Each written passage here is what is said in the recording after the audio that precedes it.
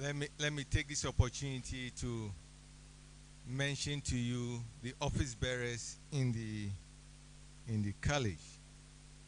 The provost, who is the head of the college, representing the vice chancellor there, is Professor Kwame Osei Kwatin. He is the one in middle seated who will soon be here to address us. We have Professor James Atapepra to his left, the Dean, the Holy School of Economics in Ghana. Then we have Professor Akwesi Kumi Cheme, also the Dean for the Faculty of Social Sciences.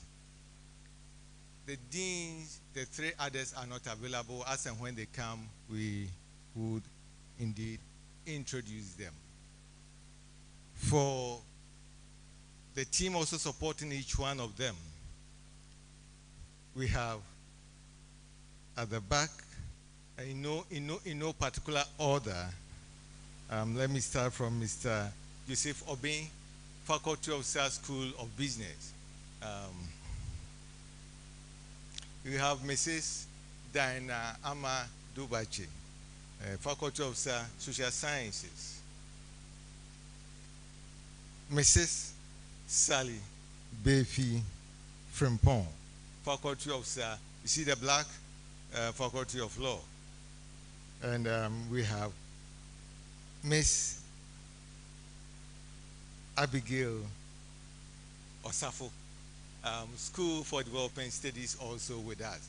It's only left with one for Faculty of Arts who is not available. The provost will now give us the welcome, his welcome address. Let's invite the provost to speak to us.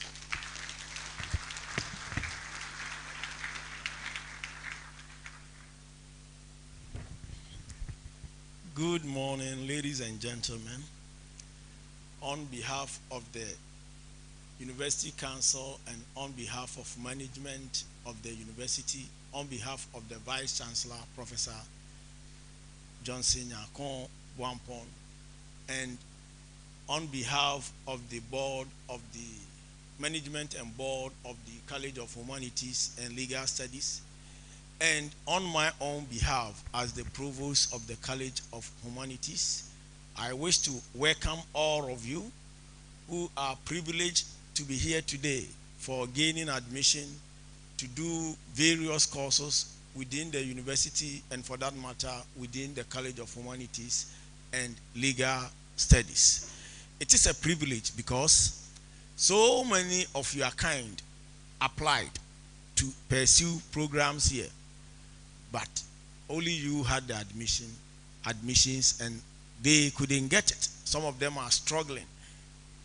Parents are even trying to pay monies so that they could get admissions for them, just like you have gotten, but they couldn't get. So you are indeed privileged, and you should give thanks to the Almighty God, the creator and the sustainer of the universe. Aren't you privileged? You are indeed privileged. Just like the registrar, college registrar was saying, this real opportunity that has been given to you, don't toil or joke with it. You must justify your admission. What I mean by justifying your admission is being able to remain in this university until the 4th year is over and you are called upon in this very auditorium to receive your certificate. If you are not able to achieve this goal, then all the efforts that had been made had been in what? Vain. These days, there are no forests for you to what? Go and make cocoa farms or cashew farms or coffee farms. These days, even the few arable lands are being destroyed by galamsey manis. So it means that very soon there will be no arable land for us to even farm. We may have to even import food water and what have you from overseas to consume. But if you are able to acquire your education, you get your respective degrees, it will become the buying power for you in future. It will change your circumstances. I always use myself as a typical example. I don't want to go and use somebody as an example so that the person will come after me. My mother, who gave birth to me, may her soul rest in peace, was an illiterate mother. He used to say, fratamni. In other words, he was using a tam. He did not know how to read and write. He didn't go to school, but he gave birth to me. She and my father educated me, and some of my family members supported me. Today, here I am as a professor and as your provost. And some of you, those of you who will be doing history, maybe I may teach you at final year, or if you are a postgraduate student, I may teach you, or I've even started teaching you at the postgraduate level. If it had not been education, I would have been languishing in the village where I was nurtured, I was brought up. I would have been a cocoa farmer or even a caretaker. I would have been a laborer. But because I took my education seriously and saw it as the buying power of the future, that is why today I am here as your provost with a lot of opportunities open to me. You get me? So you also should take it serious. When I came to first year in this university, I also had my first education in this university. And what I'm telling you today, somebody also told me the same thing. I heeded it. I heeded it. I listened to it and made use of it. And that is why I am who I am. That is why the gentlemen and the ladies you are seeing around are who they are today. They have also gone through the same mill. Some of them are occupying various positions. Some are deans. When I'm not there, it could be one of them who will become provost next time when my term is over. These are registrars, and any of them aspire to become the registrar of this university or registrars of sister universities in the country or outside the country. You have some lecturers here who also aspire, they are heads of departments, to become deans, and for that matter, provost, and even vice chancellor in foreseeable future. So, in the same vein, you also have that potential to become one of us, and to become even the president, the first lady, the minister of state. If somebody is the president, he is not better than you. If somebody is the minister of state, he is not better than you. He is only there because we have put him there. You can also be there, provided you lead a good life, provided you will make good use of the opportunity that has been given to you today. Some of you will come and mess up. Some of you will come and mess up. What do I mean by coming to mess up? Some ladies will come here and marry here. They will take boyfriends and they won't go to lectures. They will be cooking for the boys whilst the boys will be going to lectures. Don't you know that by so doing you are messing up and you are destroying your own future? Some of you, please let me talk because I have a limited time to talk. Others will come. Some of you will come here. They will not go to lectures. Money that has been given to them to pay their school fees, they will be using the money to do what? Gambling, betting. And so they will not be able to pay their fees. They will be driven away. They will not be allowed to what? Write their exams, and they will be sacked from the university. Please note that if you do these bad things, you are hurting your own self. You are destroying your future. It is not the lecturer. It is not the person sitting next to you. It is not your roommate or your coursemate that you are destroying. You are destroying your own what? Future. So make sure that everything in the scripture, Paul tells the Christians that they should work out their own salvation with fear and what? Trembling. In the same way, you should also justify your inclusion here by dint of what? Hard work. Work hard, you won't die. I don't have sympathy for people who are lazy. Do you get me? Because when we came here, we were like you once. But by dint of hard work, we are where we are today. So if you come and you lazy about, there's no way you can make it to the next level. And you are not better than the one who will get first class. You are not better than the one who will get second class upper, and you are not better than the one who will get second class lower or third class, except the one who failed or who dropped out. That you may be better than if you don't work hard and pass and go through the system. So my advice to you is that work hard and justify your inclusion. Whilst bringing my welcome address to a close, I want to tell you, I know that majority of you belong to one denomination or the other. Either you are a Christian or either you are a Muslim, or as the college register said, you are a Hindu or whatever religion or traditional believer. I will not tell you about anything, but I'll tell you about the God I worship. God of Abraham, Isaac, and Israel. In other words, I'm telling you, I worship Jesus Christ. I am a Christian. So I want you to become a Christian. If you are a Christian, be a good Christian. If you are a Muslim and you want to maintain your Islamic religion, maintain it and do it well. You have good Muslims, pure Muslims, who follow the sunnah of the Prophet. But if you go and do wuru-wuru, if you go and do what you call, you go and join occultic group. These days, occultism is on the ascendancy. People have gone for sakawa, what have you. They think that that is what will make life meaningful for them. I want to tell you here and now that it's a lie. It's a deception. It's what? A deception. If you are into it, stop it and accept Christ as your Lord and Master. If you are not into it, don't let anybody deceive you. I'm saying this, I'm particularly about it because my nephew, about 4 days ago, ladies and gentlemen, was sent. He's a student here, and he was sent by my wife to go and buy something together with the siblings. On the way, somebody met him and said, "Oh, I have seen that you'll be a great man. I am staying beyond the Masarachi. Come there and I'll help you." He came, he didn't tell me. But some people came to my house and they were able to tell me what has happened.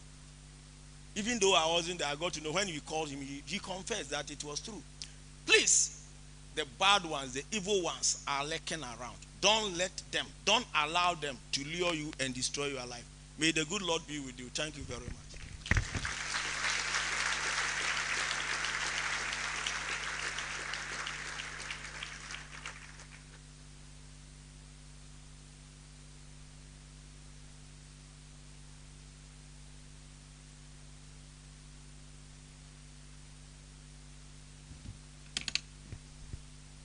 Thank you very much, Provost. Please, let's give it to him once again.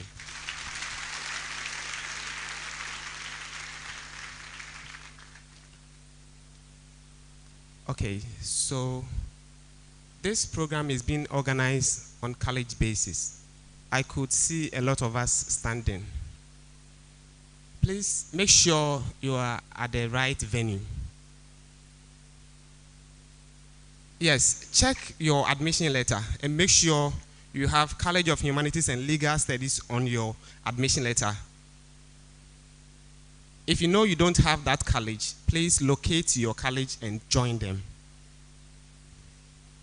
We have 5 colleges.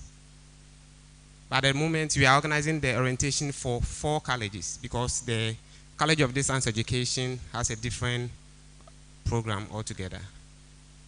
All right, so make sure you are with the College of Humanities and Legal Studies. Thank you.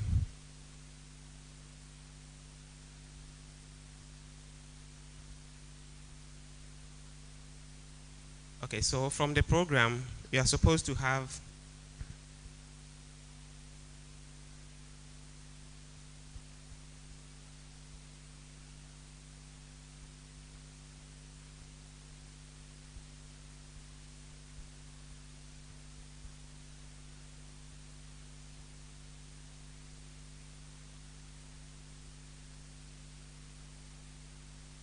yes, we are supposed to have a presentation on entrepreneurship and career development support. I believe you have heard that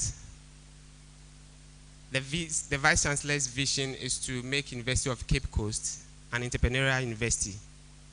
So virtually everything you do here, you will see or hear something entrepreneurship in it. By third year, each and every one of you will take a course in entrepreneurship. So we will take a presentation on that. I don't know if you're ready. All right. So we have the director of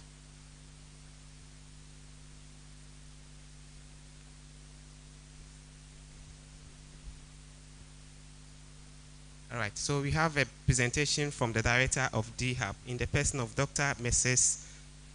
Karen Atta. All right, please let's give it to her.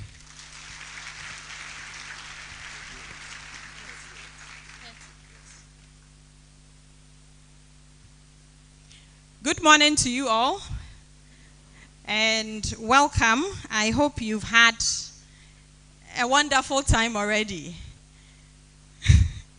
So, okay, whilst I wait for the slide to show, I'm here to just have a small chat and conversation. And I think you are in the right place because we have a lot of opportunities for you. And I'm hoping that when you leave, it won't just be something you heard here and then it went through the other ear, but it will be something that you actually would take steps towards becoming a part of. So I'm here to talk about the Design Thinking and Innovation Hub. And as mentioned, it's all to give you opportunities and to help you become entrepreneurs, people who take advantage of opportunities. Not necessarily starting a business, but people who take advantage of opportunities and use it to excel. So I'm just going to ask you a few questions to start and talk about our purpose at the DHUB, goal, objectives, the opportunities we have available for this year, new things coming up, what we've done so far, and to help you know where we are based, so that you can come and visit us. We want to see all of you.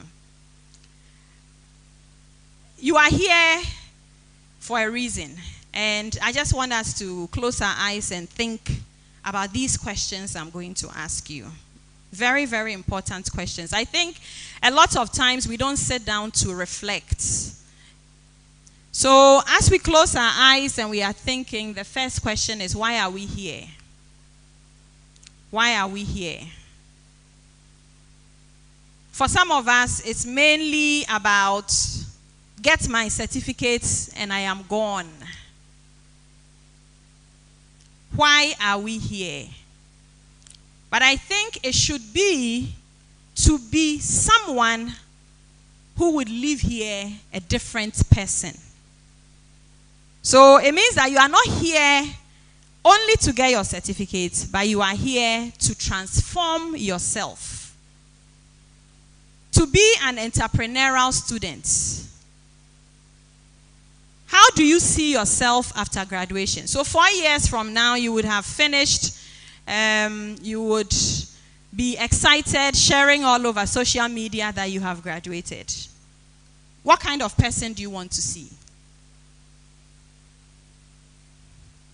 And what do you have to do to see that kind of person you wish to be beyond 4 years? You can only achieve that if you take advantage of the opportunities we have available for you. Because now you don't need only a certificate to move forward after here.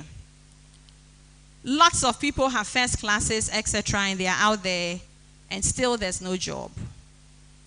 But if you can show that throughout your 4 years, you were able to participate in some activities, you took advantage of certain things, and you can show that you have certain skills, the soft skills, then you can say that you easily become employable. So think about these 3 questions. And I think what we offer at the Design Thinking and Innovation Hub is the kind of support you need to become the best version of yourself. And I hope that you will take advantage of that. So at the Design Thinking and Innovation Hub, our purpose is to contribute to national development. And we do this through a number of things. Through providing entrepreneurship support to beneficiaries. We support students and we give them training, skills, the resources that they need so that they can achieve what they want to achieve in the space of entrepreneurship. We also provide career development support. And for most of you, I know you'll be thinking, well, I don't need a job now. I still have 4 years. So if I need 4 years, then I can start. But actually, you need to start working on the things you need to develop your career now. You don't wait until level 400 before you start working on your CV. You don't wait until 400 before you now learn interview skills.